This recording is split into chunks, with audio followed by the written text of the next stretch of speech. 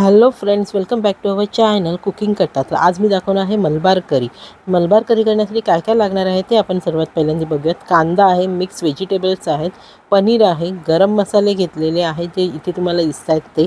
त्याच्यानंतर काश्मीरी मिरची, काजू आणि खसखसची पेस्ट आहे. ह्याच्यामध्ये मिरची, कोथिंबीर, लसणाची पेस्ट आहे.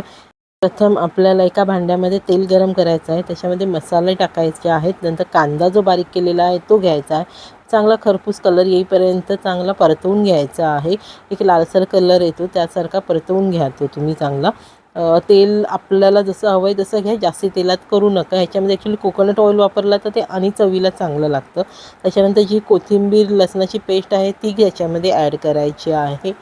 मिरची, कोथिंबीर जी आपण नॉर्मल वाटप करतो तशी पेस्ट आहे ती पण चांगली परतवून घ्या. त्याच्यानंतर टॅमॅटो प्युरे केलेला आहे मी 2 टॅमॅटोचं केलेलं आहे. नॉर्मल प्युरे जो होतो तो यूज न करता टॅमॅटोचा तुम्ही मिक्सरला चांगलं वाटण करून घ्या. नंतर ही जी पेस्ट केलेली आहे ती त्याच्यामध्ये ॲड करा.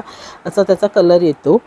त्याच्यामध्ये काजू पण आहे आणि काश्मीरी मिरची आहे ती पण चांगली परतवून घ्यायची. त्याला तेल सुटतं थोडंसं. त्याच्यानंतर मग आपले जे व्हेजिटेबल घेतलेले आहेत ते घ्या. मी ह्याच्यामध्ये तेंडली पण टाकलेली आहे आणि ते पण चांगले परतवून घ्यायचं. त्याला एक चांगली वाफ येऊ द्या, म्हणजे ते चांगले नरम पण होतात, शिजतात आपले ते व्हेजिटेबल सगळे. मग त्याच्यानंतर पनीर ॲड करायचं आहे. ह्याच्यामध्ये मी गरम मसाला ॲड केलेला आहे आणि कोकोनट मिल्क पण ॲड केलेला आहे.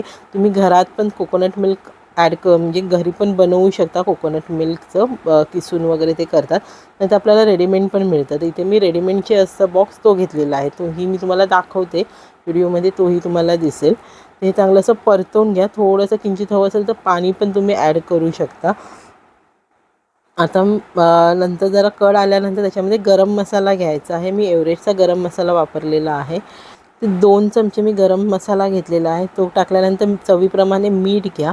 ते चांगलं असं परतवून घ्या. चांगलं शिजवू द्या त्याला. त्याच्यानंतर मग पनीर टाका.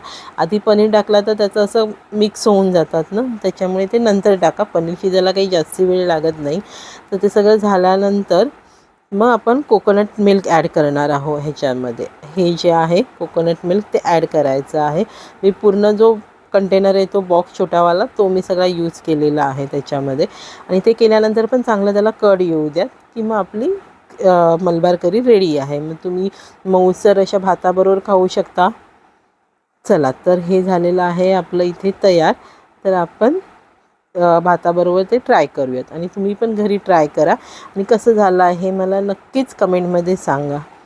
आणि व्हिडिओ आवडला तर लाईक, शेअर आणि सबस्क्राईब करायला विसरू नका, म्हणजे तुम्हाला माझे नवीन नवीन व्हिडिओ बघायला मिळतील. मी काही नवीन रेसिपी करणार असेल ते तुमच्यासमोर मी व्हिडिओमार्फत घेऊन येईन.